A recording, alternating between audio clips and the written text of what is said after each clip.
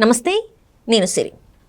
Chhaava cinema హిందీలో ఎంత పెద్ద హిట్ అయిందో మనం చూసాము. ప్రతి ఒక్క భారతీయుడు చూడాల్సిన సినిమా అని చెప్పేసి అందరూ చెప్పడం మనం వింటూనే ఉన్నాం. అయితే ఇది కేవలం హిందీలోనే రిలీజ్ అయింది. అయితే ఇప్పుడు ఈ సినిమాని మన తెలుగులో కూడా రిలీజ్ చేయడానికి సిద్ధమవుతున్న వేళ అయితే ఏపీలో అయితే ఈ సినిమాని నిలిపివేయాలన్నట్టుగా ముస్లిం సంఘాలు అయితే డిమాండ్ చేస్తున్నాయి. మరి ఎందుకు ఈ డిమాండ్ చేస్తున్నారు ఏంటనే అంశాన్ని మనకి వివరించడానికి మనతో పాటు ఉన్నారు ప్రముఖ సీనియర్ జర్నలిస్ట్ యజ్ఞమూర్తి గారు. నమస్కారం సార్. నమస్తే సిరి. సార్, చావా ఈ సినిమా చూసిన ప్రతి ఒక్కరు కూడా భావోద్వేగానికి గురయ్యారు. హిందీలోనే రిలీజ్ అయిన సినిమా అయినప్పటికీ చాలామంది సినిమా చూడాలి అని అనుకున్నారు. అయితే ఈ సినిమాని తెలుగులోకి రిలీజ్ చేస్తున్న సందర్భంగా ఏపీలో మాత్రం ముస్లిం సంఘాలు ఈ సినిమాని నిలిపివేయాలన్నట్టుగా డిమాండ్ చేస్తున్నారు. ఏంటి సార్, దీని వెనకాల గల కారణం ఏంటంటారు?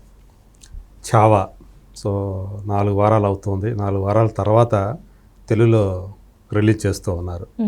అంటే కేవలం ఒక హిందీలో మాత్రమే రిలీజ్ అయింది సినిమా ఇది. అవును సార్. వాళ్ళు ముందే కనుక ప్లాన్ చేసుకొని పాన్ ఇండియా లెవెల్లో, మామూలు సాధారణంగా పాన్ ఇండియా అంటే మనకు 5 భాషల్లో రిలీజ్ అవుతూ ఉంటాయి. సౌత్లో 4 భాషల్లో, అలాగే హిందీలో కూడా అలా రిలీజ్ చేసుకొని ఉండాల్సింది వాళ్ళు. అందుకని కాకపోతే వాడు ఏంటంటే మరి ఇది ఎలా రిసీవ్ చేసుకుంటారు ఏంటి అనేటువంటి ఒక సందేహం ఉండటం వల్ల వాళ్ళు హిందీలో మాత్రమే రిలీజ్ చేశారు. యాక్చువల్గా ఈ సినిమాని సంక్రాంతికి తేవాలని అనుకున్నారు. సంక్రాంతి కూడా కాదు, యాక్చువల్గా పుష్ప టైంలో రిలీజ్ చేయాలని చెప్పేసి డిసెంబర్లో అనుకున్నారు. సరిగ్గా పుష్ప ఏ డేట్కి అయితే రిలీజ్ అవుతుందో ఆ డేట్లో.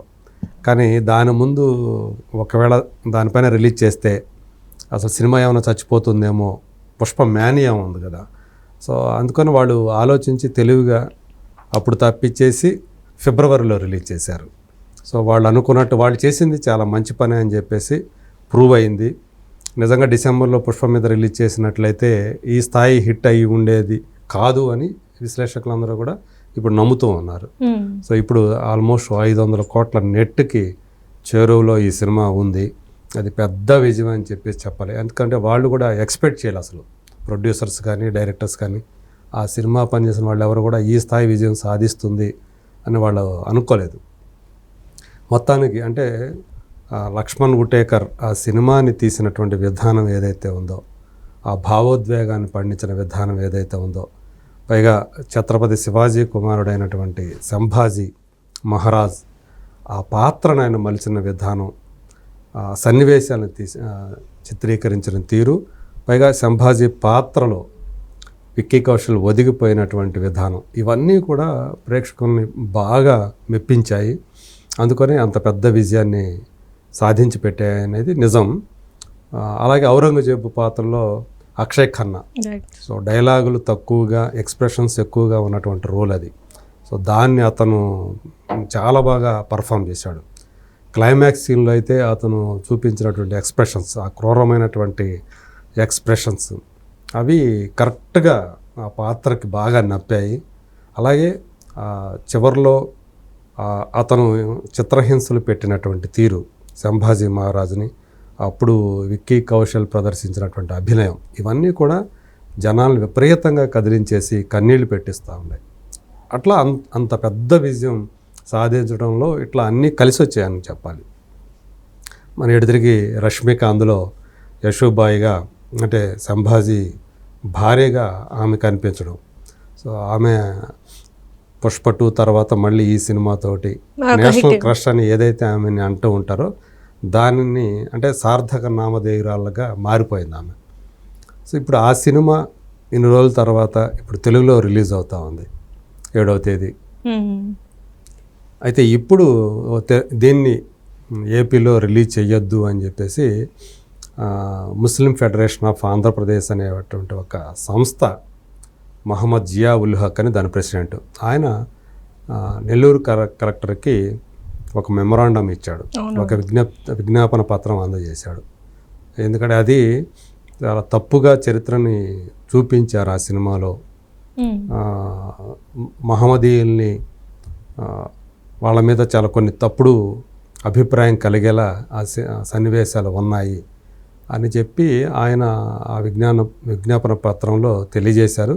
కాబట్టి ఇది అంటే మత విద్వేషాలని రెచ్చగొట్టే విధంగా ఈ సినిమా ఉంది. సో మేమందరం కూడా అంటే హిందూ ముస్లింలు అందరం కూడా ఆంధ్రప్రదేశ్లో భాయి భాయి అన్నట్లుగా ఉంటాం, ఒక సోదర భావంతో. కానీ అలాంటి వాళ్ళ మధ్య ఇది చిచ్చు పెట్టే విధంగా ఇందులో సన్నివేశాలు కల్పించారు అని చెప్పేసి వాళ్ళందరూ కూడా ఆ సంఘం వాళ్ళందరూ డిమాండ్ చేస్తూ ఉన్నారు. మరి దీని మీద మరి కలెక్టర్ ఎలాంటి చర్యలు తీసుకుంటాడు అంటే కలెక్టర్ ఆయనంతటా ఆయన శాంతి భద్రతలకి మతపరమైనటువంటి ఉద్రేకాలకి కారణమయ్యే ఏదన్నా అవుతుందనుకుంటే ఆ ప్రాంతంలో దానికి సంబంధించినటువంటి నిషేధాలు జారీ చేసే అవకాశాలు ఉంటాయి కలెక్టర్కి. ఎందుకంటే ఆయన డిస్ట్రిక్ట్ మెజిస్ట్రేట్ కలెక్టర్ ఆయన కాబట్టి ఆయన తన వరకు మాత్రమే చేయగలడు. కానీ రాష్ట్రాన్ని మొత్తం కూడా దాన్ని నిషేధించాలి అంటే అది ప్రభుత్వం చేతుల్లో ఉంది.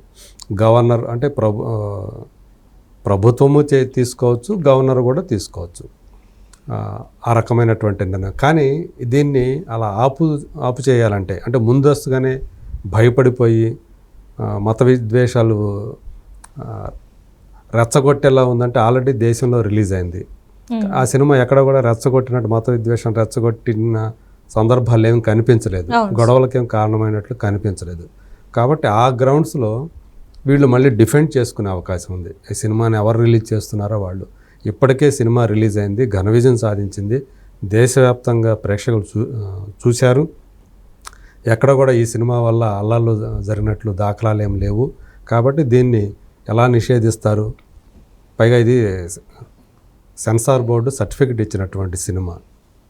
సో అని చెప్పి వాళ్ళు డిఫెండ్ చేసుకోవచ్చు.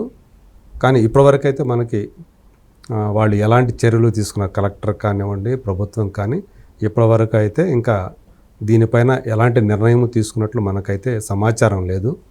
ఒకవేళ అలాంటిది ఏదన్నా ఉందంటే మాత్రం ఖచ్చితంగా దీని మీద వాళ్ళు అబ్జెక్ట్ చేసే అవకాశం ఉంది, నిర్మాతలు, డిస్ట్రిబ్యూట్ చేస్తున్న వాళ్ళు. కానీ ఇప్పటివరకు ఈ సినిమా సాధించిన విజయంలో ప్రధానంగా ఏంటంటే ఒక పుస్తకం ఆధారంగానే చావా అనే ఒక నవల ఆధారంగా, ఆ నవలను రాసిన ఆయన పేరు కూడా శివాజీ సావంత్ అనే ఆయన. సో ఆ నవల ఆధారంగానే మేము తీసాము అనేది వాళ్ళు చెప్తున్నారు.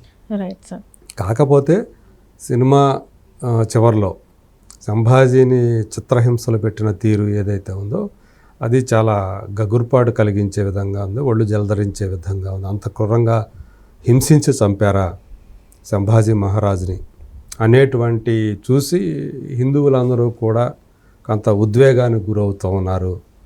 ఆ రకంగా అది వాళ్ళు అకారణంగా ముస్లింలపై మరింత ద్వేషాన్ని పెంచుకునే అవకాశం ఉంది అనేది ముస్లింల యొక్క వాదన. మరి దాన్ని పరిగణలోకి తీసుకుంటారా లేదా? స్థానికంగా గనక నిజంగా అలాంటి పరిస్థితి గనక ఉంటే అంటే మత విద్వేషాలకి కారణమవుతుంటే గనక అప్పుడు వాళ్ళు డెసిషన్ తీసుకొని నిలుపుదల చేసే అవకాశం ఉంది. అంటే ఇక్కడ చూసుకున్నట్టయితే సార్ మత విద్వేషాలు అంటే ముంబై లాంటి మహానగరంలో మనకు తెలుసు ఎట్లాంటివి ఉంటాయి. అలాంటి ప్లేస్లో రిలీజ్ అయితేనే అక్కడ ఎలాంటివి కాలేదు, అంతా బాగానే ఉంది. ఇక్కడికి వచ్చేసరికి ఇలాంటిది వచ్చేసరికి ఇది ఏం లేకున్నా కూడా కావాలని మళ్ళీ ఒకసారి గిచ్చినట్టు చేస్తున్న పరిస్థితులు అని చెప్పేసి కొంతమంది మాట్లాడుతున్నారు. ఆల్రెడీ కొంతమంది కామెంట్స్ కూడా చేస్తున్నారు. సో మరి ఎలా చూడాలి సార్? మరి ఇది నిజంగా చెప్పాలంటే సంభాజీ మహారాజ్ అనే మరాఠా యోధుడు అతను. కాబట్టి మహారాష్ట్ర రీజియన్లో ఈ సినిమా మిగతా రీజియన్లతో పోల్చుకుంటే మహారాష్ట్ర రీజియన్లో బిగ్గెస్ట్ బ్లాక్ బస్టర్గా మారింది. అంతకుముందు ఉన్నటువంటి ఈవెన్ పుష్ప 2 మహారాష్ట్ర రీజియన్లో కలెక్ట్ చేసిన దాన్ని కూడా ఇది బీట్ చేసేసింది ఆ రీజియన్ వరకు. అలా అంటే మరాఠీలు ఈ సినిమాను ఓన్ చేసుకోవటం వల్లే అంత పెద్ద ఘన విజయాన్ని ఆ ప్రదేశంలో సాధించింది. అందువల్ల ముంబై కూడా అందులో భాగమే కాబట్టి మహారాష్ట్ర రీజియన్లో అక్కడ డామినేషన్ మరాఠీలదే కాబట్టి అక్కడ బహుశా అల్లార్లు జరగటానికి ఆస్కారం లేకుండా పోయిందని అనుకోవాలి. ఎందుకంటే అక్కడ అందరూ కూడా కలిసిమెలిసే జీవిస్తూ ఉన్నారు ఇప్పటిదాకా. మరాఠీలు కానివ్వండి, ఇంకో మతానికి సంబంధించిన వాళ్ళు కానివ్వండి, ముస్లింలు వేరే.